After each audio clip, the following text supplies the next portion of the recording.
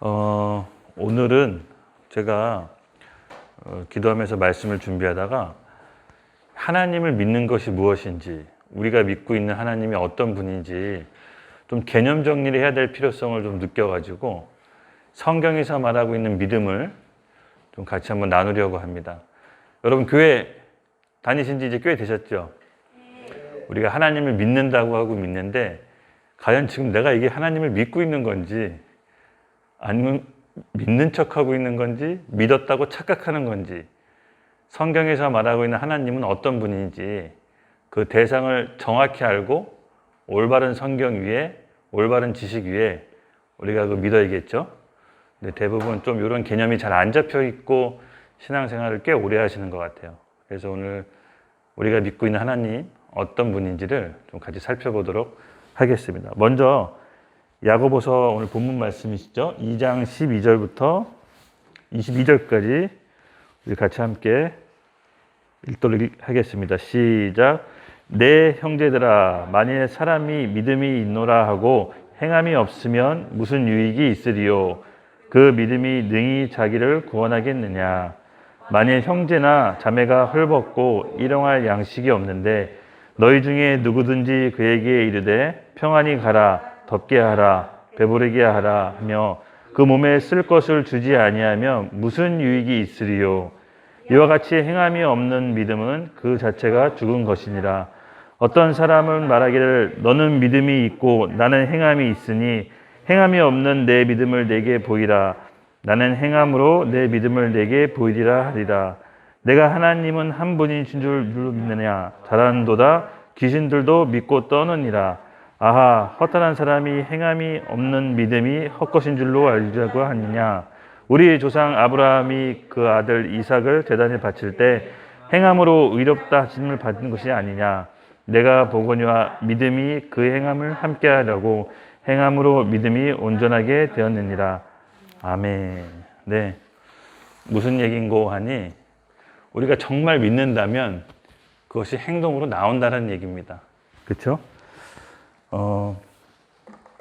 많은 사람들이 크리스찬들이 또 혹은 크리스찬이 아닌 카톨릭 신자나 무슬림도 다 하나님을 믿는다고 합니다.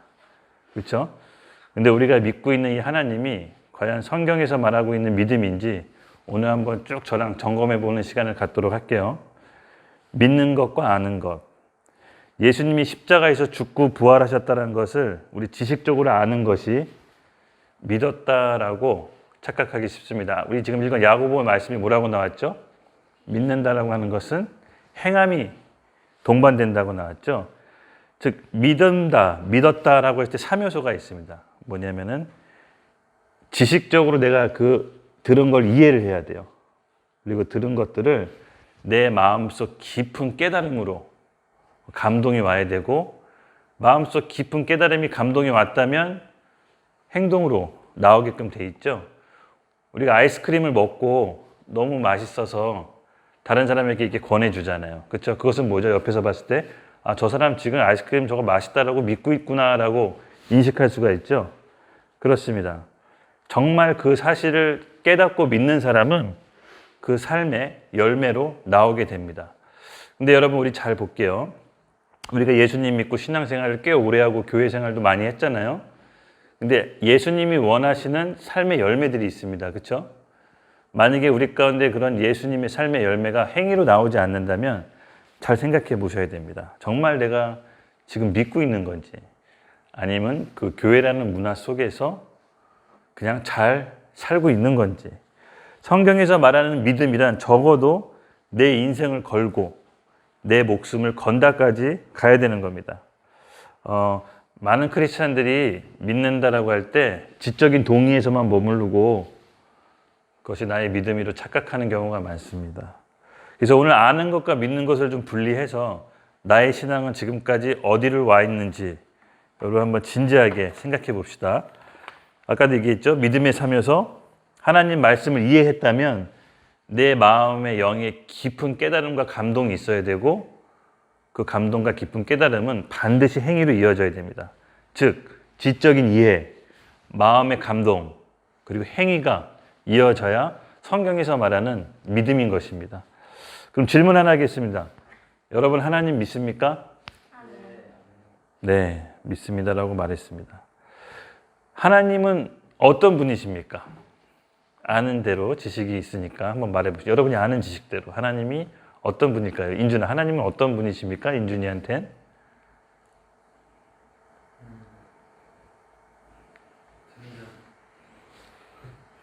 뭐라고요? 잘 안 들렸는데? 아, 예, 맞습니다. 올바른 지식 위에 하나님은 한 분이시죠. 네. 이처럼 우리가 생각하고 있는 하나님이 다 지식적인 부분들이 있습니다. 근데 조금 더 우리가 개념 정리를 할게요.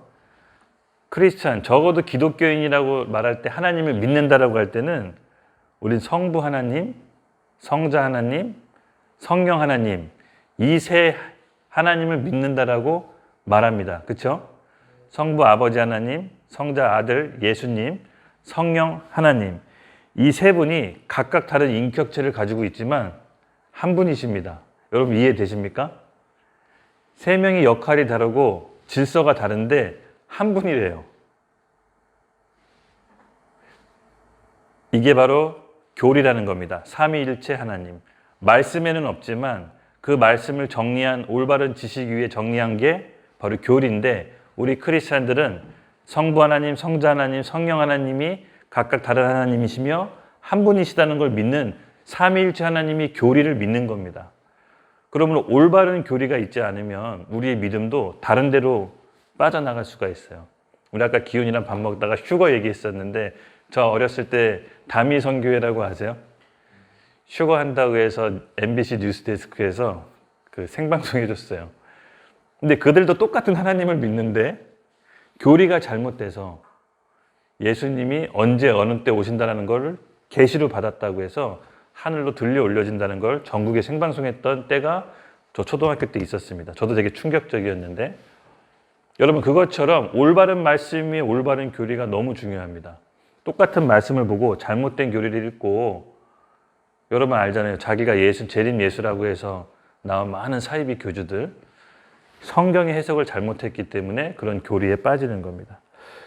그러므로 다시 한번 말하자면 삼위일체 하나님은 세 분 모두 각각 다른 인격체를 가졌지만 한 마음이시고 한 생각이시고 한 분입니다.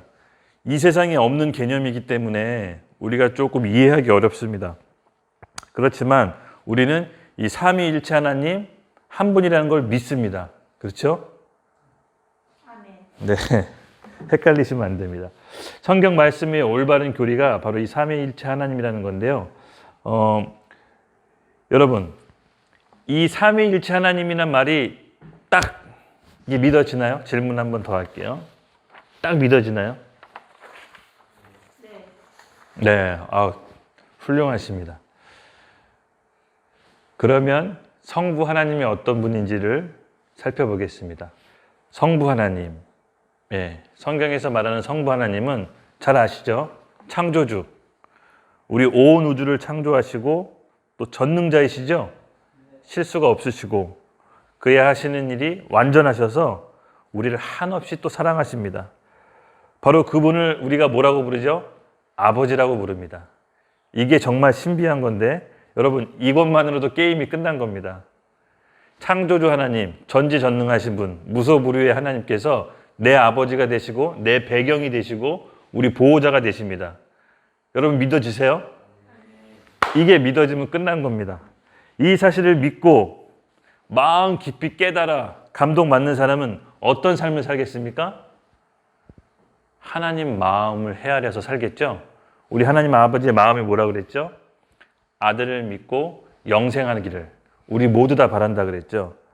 즉 그분은 우리 영혼들에게 관심이 있습니다. 우리가 하나님을 아버지라 부르고 모든 축복의 근원인 하나님을 우리 창조주가 아버지라고 부르는데 아버지 일에 관심이 없다. 이게 바로 아는 것과 믿는 것이 분리됐다는 뜻입니다. 하나님을 믿고 그분을 사랑하는데 영혼 구원에 관심 없다. 바로 믿음과 행함이 분리된 건데 이게 바로 아는 지식에만 머물렀다는 겁니다. 정말 하나님을 깊이 알고 깨닫는 사람은 영혼에게 관심이 있을 수밖에 없습니다. 왜요? 우리 하나님의 아버지의 마음이 내 마음이기 때문에. 이해되시죠? 그래서 여러분이 자존감은 낮게 가지시면 안 됩니다. 창조주 하나님이 우리의 배경 되시고 우리의 힘이 되시고 우리 아버지시가 되시기 때문에 세상 가치관에 우리가 비교 대상이 될 수 없습니다. 꼭 이 자존감을 회복하고 정체성을 다시 되찾기 바랍니다. 우리의 기도로, 여러분 아세요? 우리의 기도로 눈에 보이지는 않지만 천사들이 우리 명령에 의해 움직입니다. 또 우리는 기도할 때마다 아버지 하나님께서 우리 기도를 응답해 주십니다. 우리가 예수 그리스도의 이름으로 기도할 때 응답됐을 때 하나님 아버지께서 영광 받으신다고 합니다. 즉 우리의 기도, 자녀의 기도를 하나님 기뻐하시고 그것이 응답됨으로써 하나님께서 영광 받으신다고 합니다. 또 우리가 눈에 보이지 않지만 천사를 부려서 우리의 삶의 환경을 변화시킵니다. 여러분이 각자 갖고 있는 문제점이 있죠. 다 표현하지는 못하지만 마음의 짐들이 있잖아요. 그렇죠? 근데 중요한 거는요. 이 짐들도 하나님께서 고백하고 기도했을 때 이 문제도 넉넉히 이기게 됩니다. 여러분 이걸 믿으십시오. 왜냐하면 우리의 믿음의 근거는 그 믿는 대상이 하나님 창조주 아버지시기 때문에 그가 하신 말씀을 기억나게 한 순간, 우리 입으로 고백하는 순간 아버지께서는 들어주실 수밖에 없습니다. 자식을 낳아보니까요. 애가 달라는 게 나쁜 거예요. 불량식품이야. 근데 애걸복걸하면 준다니까요. 아버지 마음이 그래요.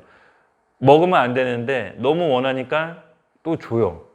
하나님 아버지도 같은 마음일 것 같아요.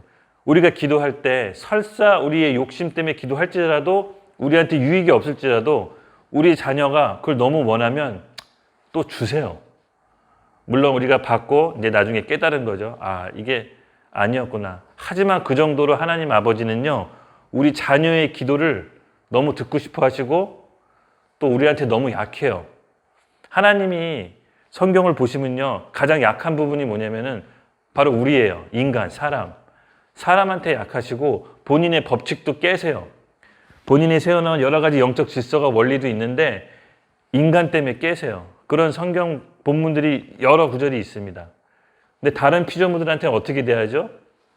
얄짤없습니다. 정해진 대로 그냥 집행하시고 거기 법칙은 변하지 않습니다. 우주 과학자들이 그러는데요. 우주의 모든 질서와 돌아가는 이 세계가 조금이라도 한 점이라도 잘못되면 이 우주 질서가 엉망진창이 돼서 지구는 살아갈 수가 없다고 합니다. 근데 그것을 완벽히 컨트롤하시고 완벽히 유지시키는 그 분이 우리 자녀의 한 사람 한 사람 마음에 감동하시고 계획을 바꾸세요. 여러분 믿으시기 바랍니다. 우리의 자존감은 어디다? 창조주 아버지의 하나님이 배경이 되신다. 이것을 인식하고 사는 겁니다. 우리는 그 하나님을 아버지라고 부릅니다. 또 두 번째, 아들 예수님, 바로 예수 그리스도인데요. 하나님의 아들이시자 우리의 구원자이시죠. 우리는 그 예수님을 그리스도로 믿는다고 합니다. 여러분 제가 자주 얘기했지만 그리스도는 무슨 뜻이라고요? 네, 기름 부음 받은 자. 어떤 직분을 얘기하는데 우리 예수 그리스도 교회에서도 많이 듣고 우리 스스로도 많이 얘기하잖아요. 근데 여러분 예수 그리스도가 무슨 뜻인지 정말 가슴에 와 닿습니까? 깊은 깨달음으로 감동으로 왔어요? 그리스도라는 직분의 의미가 어떤 뜻인지 알면 우리 삶은 또 변화될 수밖에 없습니다. 여러분 우리 문재인 대통령 있잖아요. 문재인 대통령이 되기 전에 그냥 어떻게 보면 그냥 아저씨잖아요. 동네 할아버지. 근데 문재인이 대통령이 되는 순간 얘기는 달라지죠. 대통령이란 그 직분에 갖고 있는 권세, 그 능력, 그 힘이 너무나도 막강하기 때문에 문재인 대통령, 그 대통령이라는 의미의 직분이 의미가 있는 겁니다. 근데 우리 하나는요. 대통령이 누군지도 모르고 문재인 대통령이 온다 한들 무슨 감흥이 있겠습니까? 똑같이 저한테도 문재인 대통령 얘기해도 아무런 감동 없이 그냥 문재인 대통령 얘기하는 겁니다. 하지만 대통령이라는 의미와 그 뜻과 그 어마어마한 능력을 알기 때문에 문재인 대통령이 같이 밥 먹자라고 하면 어떻습니까, 우리? 대통령하고 밥 먹기 위해 준비하죠. 옷도 단정히 하고 또 갔을 때 무슨 선물을 주실 수가 있을까? 그런 기대감으로 가는 거죠. 근데 우리 하나는 아무 감흥이 없습니다. 왜냐? 대통령이라는 뜻을 모르기 때문에. 여러분 마찬가지입니다. 예수 그리스도라고 얘기를 하지만 그 그리스도라는 의미와 뜻이 무엇인지를 우리가 올바른 지식 안에서 마음으로 깊이 깨닫게 되면 예수님을 그리스도로 모실 수밖에 없는 겁니다. 예수 그리스도는 기름 부음 받은 자라고 그랬죠. 이스라엘에서는 세 가지 직분에게 기름을 부읍니다. 바로 왕, 제사장, 선지자. 유대인에게 메시아 사상이 있습니다. 메시아 사상 들어보셨나요? 그러니까 지금도 예수 믿지 않는 유대인 이스라엘에 가면요, 메시아를 기다려요. 왜냐하면 메시아가 오면 우리 나라 문제, 내 고통, 모든 문제 끝난다라고 믿기 때문에 메시아를 지금도 기다려요. 참 대단하지 않습니까? 근데 하나님께서는 우리에게 우리 인생의 문제를 해결할 메시아 그리스도를 보내주신다고 합니다. 여러분, 그리스도, 메시아, 기름 부음 받은 자 다 같은 말인데 하나하나 살펴볼게요. 왕, 제사장, 선지자. 왕은 어떤 역할을 하죠? 우리 옛날에 백성들을 통치하면서 외부 적들로부터 우리 백성들 왕국을 지켜주죠. 그리고 제사장 하면 어떤 이미지를 갖고 있습니까? 예배하고 그리고 피의 제사로 백성들의 죄를 하나님 앞에 사해주는 그런 제사장, 몸과 죄를 사해주는 이미지를 갖고 있죠. 그리고 선지자, 하나님의 마음과 생각을 받아서 그 말씀을 우리 백성에게 알려주고 하나님과 더 가까이 할 수 있도록 다리를 연결해 주는 역할을 합니다. 그러므로 그리스도로 메시아라고 할 때 이 왕, 제사장, 선지자의 역할이 다 있는 겁니다. 그래서 우리는 예수 그리스도라고 할 때는 바로 기름 부음 받은 자, 우리를 구원하신 죄에서 우리가 사탄으로부터 그리고 하나님과 떠난 문제로부터 우리를 구원하신다라는 뜻이 담겨져 있습니다. 다른 시선으로 좀 말하자면요, 우리가 겪고 있는 소소한 작은들, 크고 큰 작은 문제들이 막 있잖아요. 그렇죠? 예수님 믿고도 우리는 많은 문제들이 있는데 여러분, 그 많은 문제들이 왜 생겨났는지 한번 곰곰이 생각해 보신 적 있나요? 왜 우리는 이런 문제들을 교회 다니면서 여전히 겪고 힘들어할까요? 예수를 믿는다라는 것이 관념적으로 믿는다고 생각하면 안 됩니다. 예수님은 우리 현실적인 문제도 해결해 주시기로 온 겁니다.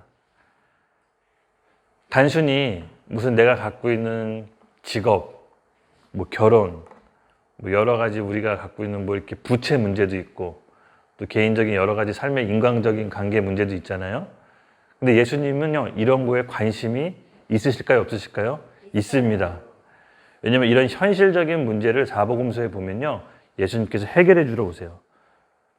근데 우리의 믿음 상태가 예수님이 그런 문제를 해결해 주실지 믿지 못하고 있거나 관심이 없다라고 생각하거나 더 근본적으로 뿌리 내려가 보면요, 내가 그 문제를 내가 스스로 해결하려고 그래요. 그러다 보니까 엄청난 배경을 얻고도 엄청난 해결책을 안고도 예수 그리스도는 정확한 올바른 뜻과 지식이 없다 보니까, 다시 말해 깊은 깨달음이 없다 보니까 엄청난 보화를 내 안에 모셔놓고도 여전히 내가 내 문제를 해결하려고 애꿎은 시간을 다 낭비합니다. 결국 우리가 올바른 믿음이 없기 때문에 나는 여전히 문제 속에 갇혀 살면서 예수님이라는 엄청난 보화를 얻고도 문제에 휩싸여 시간을 보내게 됩니다. 그것은 우리의 믿음의 문제입니다. 사실은 믿음이 없는 겁니다. 믿음이 없으니 다른 것으로 해결할 수 있다고 그 해결책을 붙잡고 사는 거죠. 여러분, 아닙니다. 예수님께서는 우리의 문제를 해결하고 구원하려고 오셨습니다. 이것은 번연신약하고 다른 겁니다. 이것은 성경적인 믿음입니다. 우리가 원하는 곳에 취직하지 않더라도, 원하는 곳에 원하는 학위를 받지 않더라도, 우리가 원하는 직장을 가지 않더라도 여러분, 더 좋은 스펙이 우리 안에 있습니다. 그걸 믿으십시오. 하나님께서는 그의 자녀를 초라하게 내버려 두지 않습니다. 결코 초라하게 내버려 두지 않습니다. 여러분, 죽기 살기로 공부해서 내가 원하는 삶, 내가 원하는 곳에 가면 자기가 행복할 거라고 생각하는 경우가 많아요. 저도 그랬거든요. 근데 막상 정말 노력해서 그곳에 가면 내가 고작 이거 하려고 여기까지 왔나? 라고 깨닫는 경우가 많습니다. 왜 그런지 아세요? 열심히 공부해서 공무원이 되고, 열심히 공부해서 의사가 되고, 열심히 공부해서 좋은 직장을 얻어도 나보다 뛰어난 사람은 위에 얼마든지 많습니다. 예수님 믿고 다른 가치관과 자존감을 세상 것에 두니까 언제나 삶이 비참한 거예요. 자기가 원하는 거 없고 그곳에 가도 사실 막상 자기가 원하는 삶은 없습니다. 그것을 늦게 깨닫습니다. 그러나 우리의 자존감과 배경은 하나님 아버지에 있기 때문에 하나님 아버지의 마음과 그 뜻을 쫓아 살면 우리가 전혀 경험하지 못한 삶으로 하나님께서 인도하십니다. 이 삶이 얼마나 다이내믹하고 판타스틱하냐면요. 여러분, 이 젊은 나이에 우리가 하나님께 마음을 고정하느냐, 믿음을 바치느냐, 아니면 내 생각대로 내 삶의 가치관과 세상이 추구하는 그 믿음대로 하느냐에 따라서 10년, 20년 후의 삶이 완전히 달라집니다. 완전히 달라집니다. 결국 그 믿음이 나한테 있느냐 없느냐, 좀 더 자세히 말해서 예수님을 나의 구원자로 믿느냐, 거기에 귀결되어 있습니다. 인간은 하나님의 형상대로 지음받았습니다. 이 말은 하나님하고 연결되어 있어야 살아갈 수 있다는 존재랍니다. 우리 전기 자동차 있잖아요. 재밌더라고요. 배터리에 충전해야 그 발전소와 연결돼야 전기 자동차가 갈 수가 있죠. 마찬가지입니다. 우리가 하나님하고 연결돼 있어야 하나님께 공급을 받아야 전기 자동차가 굴러가듯이 우리의 삶이 굴러갈 수 있습니다. 그러나 우리는 뭐로부터 공급을 받고 있는지 생각해 보십시오. 나의 발전소는 어디인가? 세상적인 지식인가? 아니면 내가 추구한 다른 것들인가? 결국 내가 연결되어 있는 곳, 내가 공급받는 곳에서부터 내 삶의 열매가 나옵니다. 인간은 하나님과 연결되고 소통돼야만 비로소 인간답고 행복하게 살 수 있는 겁니다. 여러분 동의하시죠? 사실 아까도 얘기했지만 모든 문제는 이 하나님과 끊어진 데서부터 시작된 겁니다. 하나님과 당장 끊어져도 내게 아무 문제가 없다고 착각하는 게 비극입니다. 맞잖아요. 우리 당장 배터리가 연결이 안 되더라도 충전되어 있는 배터리를 어느 정도 자동차 갈 수 있잖아요. 그렇죠? 하나님과 연결이 끊어져도 당장 직장을 잃는 게 아니기 때문에 당장 머물 수 있는 집이 없어지는 게 아니기 때문에 괜찮다라고 착각을 하는 겁니다. 사실은 그러면 모든 것들이 얼마 지나지 않까 다 소멸되고 맙니다. 그리고 나서 뒤늦은 후에 깨닫습니다. 나의 근원을 내가 놓친 결과 내가 이렇게 망하게 되었다는 것을 뒤늦은 후에 우리는 깨닫게 됩니다. 우리가 겪고 있는 모든 문제의 근원은 사실은 간단합니다. 한 가지입니다. 내 삶의 원천, 행복의 원천인 하나님과 끊어졌기 때문에 모든 문제가 발생하는 겁니다. 다시 말해 다른 거 다 잃어버려도요. 하나님과 끊어지지 않고 붙잡고 있다면 우리는 얼마든지 다시 소생할 수가 있는 겁니다. 삶의 문제에 여러 압박이 조금씩 들어오시는 분들 계세요? 전에 없었는데 압박이 조금씩 들어온다. 점점 그 압박이 강해진다. 왠지 모르게 압박의 파도가 세진다. 잘 들으세요. 평소에 어디에 배터리를 꽂고 있는지. 지금 내라고 하셨는데 어디에 배터리를 꽂고 계세요? 하나님 말씀입니까? 아니면 두려움에 꽂고 있습니까? 아니면 세상적 가치관에 꽂고 있습니까? 여러분 그 배터리에 어디에 꽂고 있는지를 점검하십시오. 근원인 하나님께로부터 끊어진 게 사실 우리의 문제와 압박의 시작입니다. 삶의 문제가 점점 생기신다면 잘 들으십시오. 다시 하나님께 배터리를 옮겨 타십시오. 남이 주는 메시지, 남이 먹여주는 밥, 이젠 그만하시고 여러분들이 직접 성경의 말씀을 읽고 그 말씀을 레마의 말씀으로 받고 마음의 깊은 감명을 받았다면 그대로 행하십시오. 그러면 여러분 하나님께서 축복의 길로 인도하실 것입니다. 지금은 제가 보니까요. 정보가 많은 게 비극이에요. 정보가 너무 많아서 어디 가든 좋은 말씀을 들을 수 있는데 그게 내 거라고 착각하게끔 만들더라고요. 저도 이렇게 유튜브 두고 말씀 보고 하면 말씀이 너무 좋아서 또 듣게 되잖아요. 근데 그게 내 믿음이라고 내 스스로 속고 있더라고요. 아, 이렇게 되면 안 된다. 어렵고 힘들더라도 자기가 직접 성경 말씀을 읽고 하나님께서 나한테 무슨 말씀을 주시는지 레마의 말씀으로 받는 훈련을 하십시오. 그게 진짜 내 거예요. 그게 내 진짜 믿음이고요. 그렇게 했을 때 그 말씀대로 현실과 상황은 여전히 장애물이 가득하지만 그것을 뚫고 믿음으로 행하십시오. 그러면 하나님께서 세상에 줄 수 없는 엄청난 복을 우리에게 주실 것입니다. 그 복은 내가 삶을 추구하는 것보다 내 가치관과 세상적 가치관을 추구하는 거랑 차원이 다른 복입니다. 여러분, 이 정보가 많은 것을 너무 좋아하지 마십시다. 사실 따지고 보면요, 우리 정보는 요거 하나입니다. 여기에 모든 정보와 지혜가 담겨져 있습니다. 여러분, 문제가 어렵다면 어려움과 걱정하는 시간에 기도하세요. 하나님이 지혜를 주실 것입니다. 그 지혜의 말씀대로 행하십시오. 지금 내게 주시는 하나님의 말씀이 무엇인지 잘 레마가 안 돼요. 레마로 말씀이 안 와요. 아무리 기도해도 잘 집중이 안 돼요. 제가 다시 말씀드릴게요. 금식하세요. 금식해서 기도하고 매달리는데 하나님이 이 말씀 네 거야 라고 안 주면 저한테 찾아와서 따지십시오. 제가 100만 원 줄게요. 제가 100만 원 줄게요. 단 금식하고 기도해서 하나님께 구하십시오. 그 말씀을 받았다면 선명하게 칼처럼 내 앞에 딱 들어와요. 그리고 누가 있더라도 하나님이 나한테 말씀하시다라는 게 선명하게 나에게 들어옵니다. 부인할 수 없을 정도로. 그렇기 때문에 여러분, 힘들더라도 매일 말씀을 읽고 자기가 소화하는 능력을 길러내셔야 됩니다. 목사님의 신앙이 우리 신앙이 아니에요. 제 믿음이 여러분 믿음이 아닙니다. 여러분 믿음은 여러분이 직접 하나님께 받은 레마의 말씀이 여러분이 믿음입니다. 그렇게 순종할 때 여러분의 신앙이 올바른 말씀과 올바른 교리 안에서 자리 잡을 수가 있는 겁니다. 왜 하나님과 우리가 끊어졌다라고 했죠? 아, 할렐루야. 이제 좀 뭔가 소통이 되네요. 할렐루야. 감사합니다. 정확히 바로 죄입니다. 예. 하나님은 거룩하셔서 죄와 함께 하실 수 없죠? 죄인과 함께 하실 수 없습니다. 우리가 인정하던 인정하기 싫던 죄를 지은 인간은 하나님과 단절될 수밖에 없습니다. 그렇다면 두 번째 문제, 그 죄의 배경은 항상 누가 있었죠? 사단. 맞습니다. 사단은 지금도 똑같고 그 5,000년 전, 6,000년 전에도 똑같이 거짓말로 인간을 속여서 하나님과 죄짓게 만듭니다. 예수님이 얘기했습니다. 그냥 예수님이 우리에게 단도직입적으로 얘기했습니다. 사단의 자녀이든 마귀의 자녀이든 하나님의 자녀이든 둘 중에 한 자녀다. 중간지대 없습니다. 여러분의 마귀의 자녀든 하나님의 자녀든 둘 중에 하나에 속해 있는데 바로 죄를 범한 인간은 하나님의 음성을 들을 수 없고 마귀의 자녀에게 속해 있다라고 얘기합니다. 예수님이 하신 말씀입니다. 그렇다면 우리는 하나님의 자녀이죠.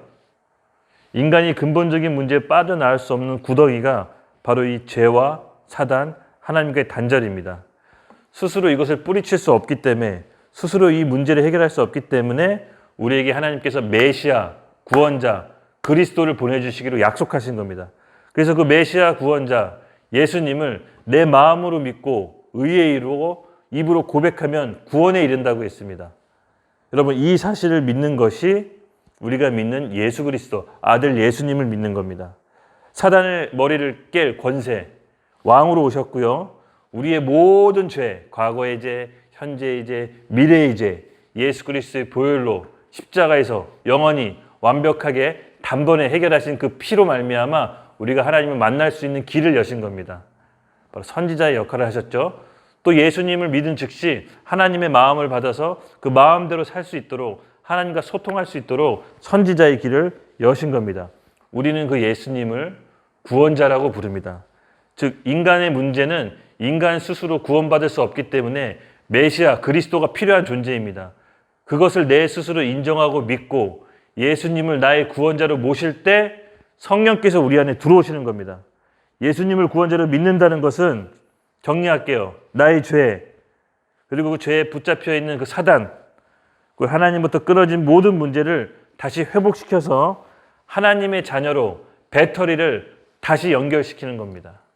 이것이 우리의 문제의 유일한 해결 방안입니다. 네. 여러분들도 이 문제, 죄의 문제, 사단의 문제, 하나님과 단절된 문제를 주변에 있는 영혼 구원자, 복음을 전하고 싶은 분들에게 잘 정리해서 설명해 주십시오. 결국은 이 세 가지 문제로 귀결됩니다. 예수님을 여러분 잘 아시다시피 우리가 착각하는 게 있는데, 예수님은 너무 사랑이셔서 힘이 없이 십자가에 매달려 사람들이 채찍, 돌, 욕먹고 침뱉음 당해서 불쌍하게 끌려가서 십자가 앞에 매달려 아무런 저항 없이 돌아가셨다. 거기에 대한 예수님에 대한 사랑과 그런 자비와 궁인에 대한 이미지가 있잖아요. 근데 우리가 믿는 예수님은요, 그거와 함께 더 나아가서 심판주로 오시는 것까지 믿는 겁니다. 예수님은 죄와 함께 하실 수 없어서 죄에 대해서는 반드시 심판하시고 죄 가운데 머물린 사람들도 같이 심판하십니다. 우리가 믿는 예수님은 사랑의 예수님, 구원자 예수님 더불어 심판주로 오셔서 죄와 죄를 범한 사람들을 심판한 것까지 믿는 게 아들 예수님을 믿는 겁니다. 그렇죠?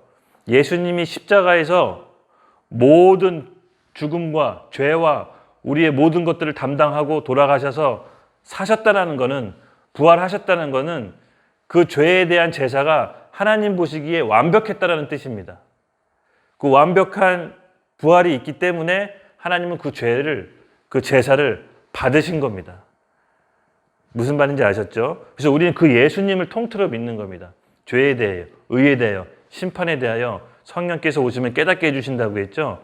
바로 예수님은 우리를 구원하신 구원주와 함께 더불어 우리를 심판하러 오시는 심판주로 오시게 될 겁니다.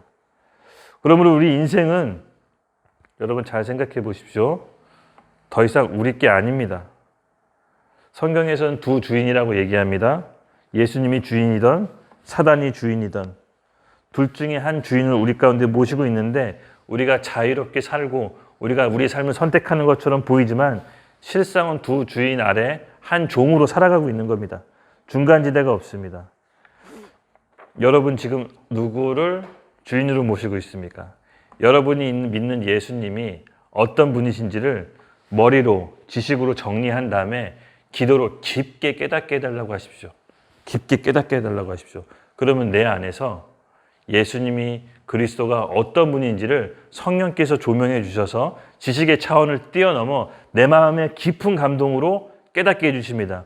그런 나는 예수님이 그리스도가 무슨 의미인지 알고 믿는 거기 때문에 내 삶이, 우리의 삶이 변화될 수밖에 없는 겁니다. 그렇죠? 예수님이 그리스도가 어떤 의미인지를 아는데 삶이 그대로 머무를 수가 있습니까? 잘 들으세요. 교회 다닌다고 구원받는 게 아닙니다. 그렇죠? 목사나 집사, 어떤 직분을 달았다고 구원받는 게 아닙니다. 예수님이 누군지 정확히 알아야 구원받습니다. 하나님이 누군지 정확히 알고 믿고 받아야 구원받습니다. 우리의 영혼과 영원히 달린 문제입니다. 살아있을 때 제대로 믿어야 됩니다. 제대로.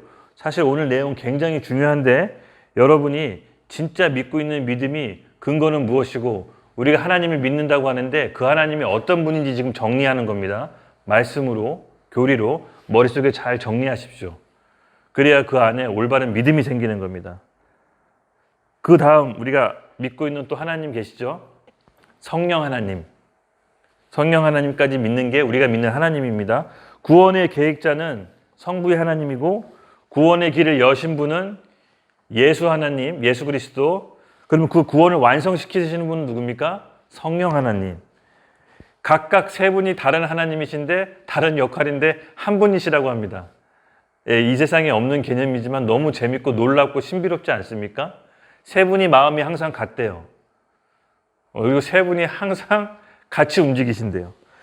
예수님을 구주로 영접할 때 내 안에 들어오신 분은 실제로 누굽니까? 성령님.